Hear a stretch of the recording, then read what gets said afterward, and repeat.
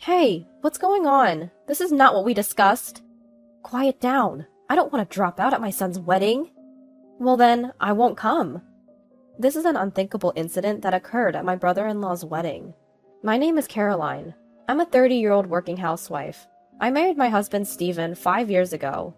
We're thinking it would be nice to have children at some point, but for now, we've decided to concentrate on our careers. I was raised in a single-mother household. My father passed away due to an illness when I was in elementary school. It turned out to be cancer. To pay for the high medical expenses, my mother worked tirelessly, and unfortunately, it took a toll on her health. Even after that, she kept working to raise me, but by the time I was in middle school, she could hardly work. Her health had seriously deteriorated, and she could only imagine to work part-time a few days a week. But my mother, who had lost her husband and had no other relatives, had no choice but to work to raise me. I wanted to go to high school, but the desire to help my mother was stronger, so I decided to work after graduating from middle school. However, when my homeroom teacher found out about this during a career guidance session, he naturally opposed my decision. Caroline, it's going to be tough for you to start working right after middle school. The future options will be limited. At least, you should consider high school. But I want to start working as soon as possible to ease the burden on my mom. Caroline, there are scholarships available now, and you can go to night school or take correspondence courses while working during the day. There are many options, so think it over. I'll return this career guidance form to you, so please write at least 2 other career options besides getting a job, and hand it in within the week. I reluctantly took the form returned by my homeroom teacher and decided to research on the internet using my mother's cell phone when I got home. When I started typing in the search window, I saw search stories that my mother had probably looked up. High school scholarships, financial assistance for non-taxable households, high school welfare benefits. I was curious, so I decided to search for them. Then I found out that there are indeed scholarships and various other systems available, just as the teacher had said. And for households on welfare, it seems that money needed for school supplies and tuition fees are also provided. I might be able to go to high school without burdening my mom. I was not entirely uninterested in further studies to begin with, so I began to hope a little. I decided to compare each system and opened the search history. And below the pages I had searched, there was something incredible. There were histories of question and answer sites and city websites my mother had searched for. Search history showed signs of keyword searches for welfare application, conditions to receive welfare, what to do when denied welfare, and not allowed to apply for welfare. These search histories seemed like cries from my mother's heart to me. Perhaps my mother had researched for my sake, learned about welfare, but was turned down at the counter and couldn't receive an application. Seeing this, I just couldn't think or research about going to high school anymore. And then the weekend came. When my homeroom teacher asked me, "Have you thought about your career path?" I replied that I simply couldn't consider going to high school. As expected, my teacher looked dissatisfied. Though no further guidance came during that moment, my mother received a call from the school in the evening. After hearing the situation from my teacher, she confronted me. "Why are you thinking about getting a job? If it's about money, I'll figure something out. Please, just go to high school." I responded, "But Mom, you know you've been denied welfare, right? I know going to high school costs more than a scholarship can cover." "How did you know?" "I saw it when I borrowed your cell phone. Since Dad passed away, it's been just you and me. What am I supposed to do if something happens to you? Please don't push yourself anymore. I'll work once I graduate to make up for all the hard work I've put in." Tears streamed down my mother's cheeks at my words. The person who was probably the most worried about my education and our finances was my mother herself. Sobbing, she hugged me and kept repeating, "I'm sorry. I'm so sorry." Thus, due to my strong will, I decided to work right after graduating from middle school instead of proceeding to high school. However, finding a job as a middle school graduate was very difficult, as most job postings required at least a high school or an associate's degree. Even if the job didn't require a certain level of education, an ordinary middle school graduate with no qualifications would likely be rejected during the paper screening process. Eventually, I ended up working part-time until 6 p.m. after graduating from middle school. One day, I was called in for a meeting by my boss, who proposed that I work as a full-time employee once I reached the age equivalent to a high school graduate. According to my boss, my diligent work ethic despite my young age had been noticed. There were some conditions to meet, but I gladly accepted the offer. Afterwards, I fulfilled the conditions set by my boss and was promoted to a full-time position in April of the year I turned 19. Despite many hardships, my life was sailing smoothly. It was around this time that I met my current husband, who I was introduced to as a business partner. We got closer through work meetings and began to discuss personal matters. He also lost his father in a traffic accident and was raised by a single mother, similar to my situation. We clicked instantly over our shared experiences, which eventually led to a relationship and marriage. When we went to meet his mother, she initially welcomed me, but turned hostile when she learned that I was a middle school graduate. "I can't believe you didn't even go to high school. We may be a single mother family, but I managed to send Steven and his brother Robert to high school and college. Even if it required scholarships, it was possible to attend high school. What was your mother doing?" "Mom, that's no way to talk. Our circumstances were due to an accident, and we also had compensation from the other party. Caroline's family has its own issues. It's not fair to compare like that." If you do your research and follow the proper procedures, there are many grants and supports available. No offense, but it makes me think either she had poor grades that prevented her from going to high school, or both mother and daughter are simply ignorant. Either way, she's no good as your wife. I can't approve of a marriage with such a woman. The harsh words I received had left me deeply frustrated. My brother-in-law, Robert, had mocked me incessantly for only having a middle school education, making acceptance by my husband's family seemingly impossible. Eventually, we defied their approval and got married, sort of eloping, and had a private ceremony. Given the circumstances surrounding our marriage, my husband and I found ourselves largely estranged from his family. Nothing improved over time. Our relationship was merely superficial, limited to basic greetings. Then, one day, we received a phone call from his family.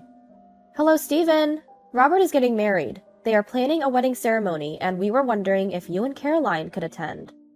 Just like that? Out of the blue? What a turn of events. After treating Caroline so coldly all this time, you guys sure are feeling generous now, aren't you? I do apologize for that, but Robert's bride-to-be insists she wants blessings from all the family members. Please, for the sake of your mother. Stephen and I discussed it at length and decided that if this could be a chance to mend relations, we would attend the wedding as his mother wished. On the day of the ceremony, my husband was asked to come earlier than planned to help out, so we ended up going separately. Although they told me it was okay to arrive just in time for the start, I decided to go a bit earlier so I could greet my in-laws. However, when I arrived at Hotel A as instructed on the invitation, there was no sign of a wedding taking place, and there was no one else around dressed for a wedding. So I decided to ask the hotel staff, "Excuse me, I have this invitation for a wedding here?" The staff member gave me a puzzled look and said, "Could you please wait a moment?" and went to the back, leaving me to wait for a while. After waiting for a bit, the staff returned with a response I could not have anticipated. "I'm sorry, but there are no weddings scheduled at our hotel today." "What? But it clearly states this hotel's name, right here." I double-checked the invitation with the staff, but the hotel's name printed there was undoubtedly correct. Just then, my phone rang. It was Steven. "Caroline, where are you?" "I'm at the desk of Hotel A. Steven, where are you? They are telling me there's no wedding here today." "Why are you there? Didn't you get the call from my mom this morning? The schedule and venue have changed." "What? I didn't receive any such call from your mom." "No way." "Hold on, I'll get there as soon as possible. Where is it and when does it start?"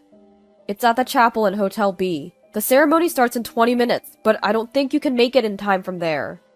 The location Steven gave me was on the opposite side from Hotel A, past our home. The turn of events led me to believe this was his mother's doing. "Steven, can you hand the phone to your mom?" I decided to confront her directly over the phone. "Hello, Caroline. Why are you calling at a time like this? We're quite busy."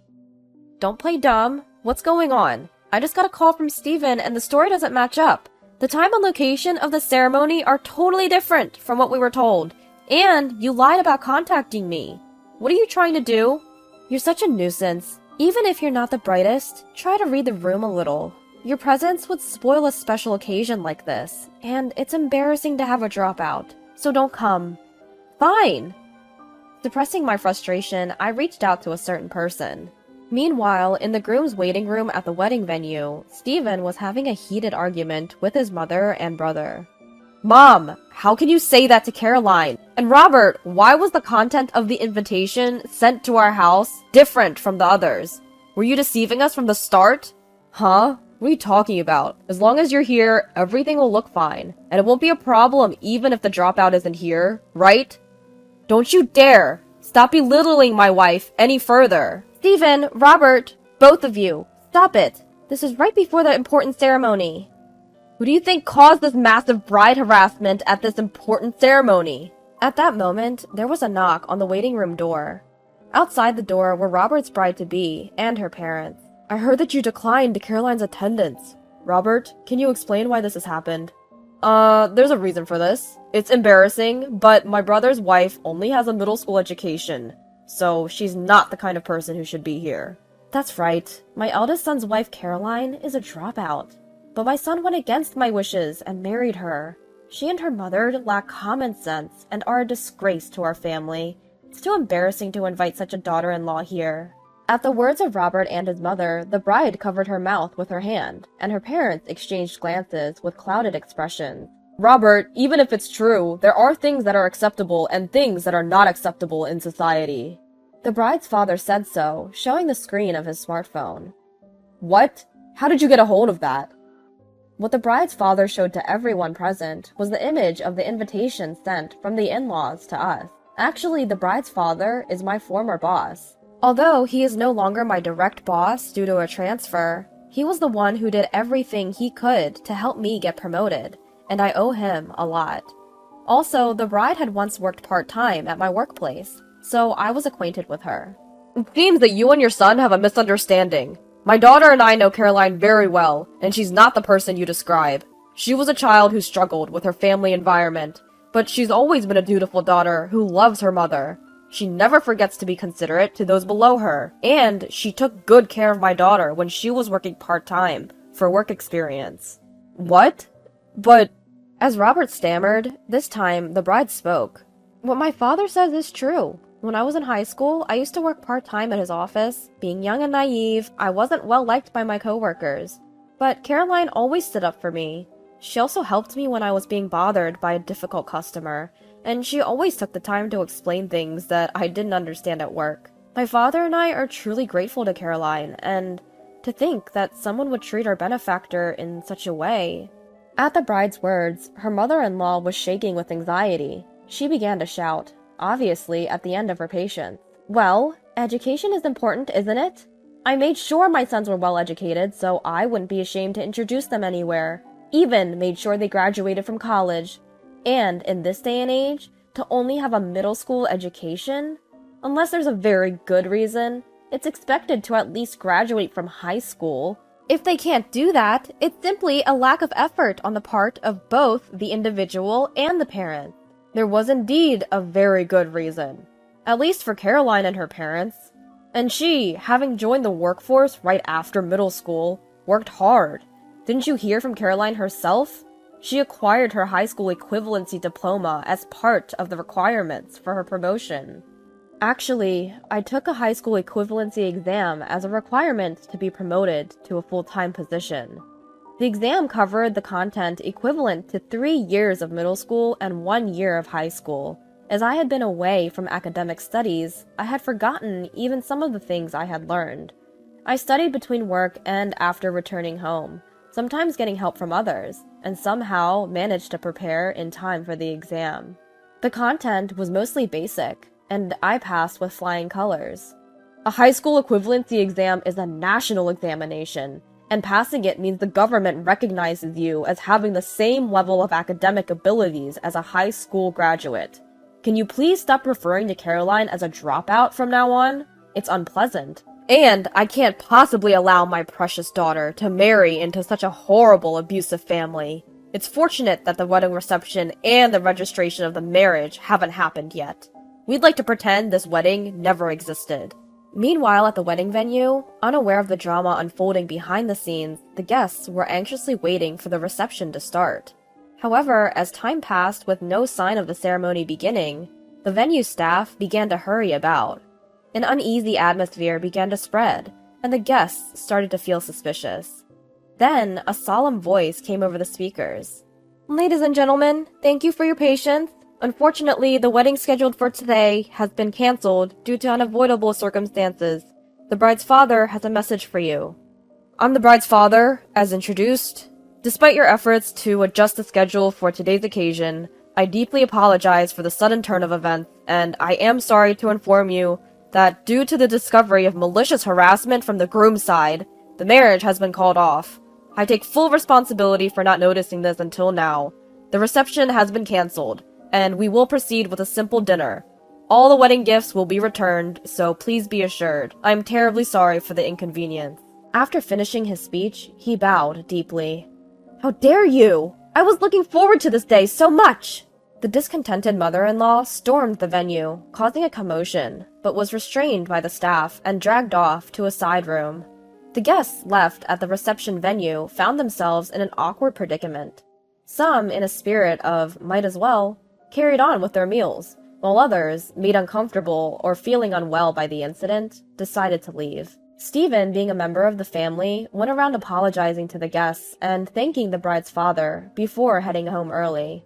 This debacle was caused by Stephen's family and resulted in a broken engagement. As a result, Robert and the rest of his family decided to cover all the costs, including the reception fee, the transportation costs for the guests, and an additional compensation for the bride's side. Due to this incident, my mother-in-law started receiving judgmental looks from relatives. Robert, who had invited his colleagues to the wedding, also found his standing at work had deteriorated. When we got home, my husband apologized to me repeatedly. "Caroline, I'm really sorry about my family's behavior," he said. "It's okay, it's not your fault, Stephen. I want to make things right. I've decided to cut all ties with my family over this incident. I'm utterly disgusted.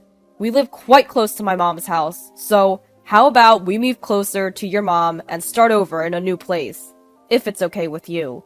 We could live with your mom." "Really? Thank you, Stephen." I agreed to Stephen's proposal, and we started to live with my mother. Our interactions with the bride's family have resumed, surprisingly in a pleasant way, all thanks to that chaotic reception. Life is unpredictable, isn't it?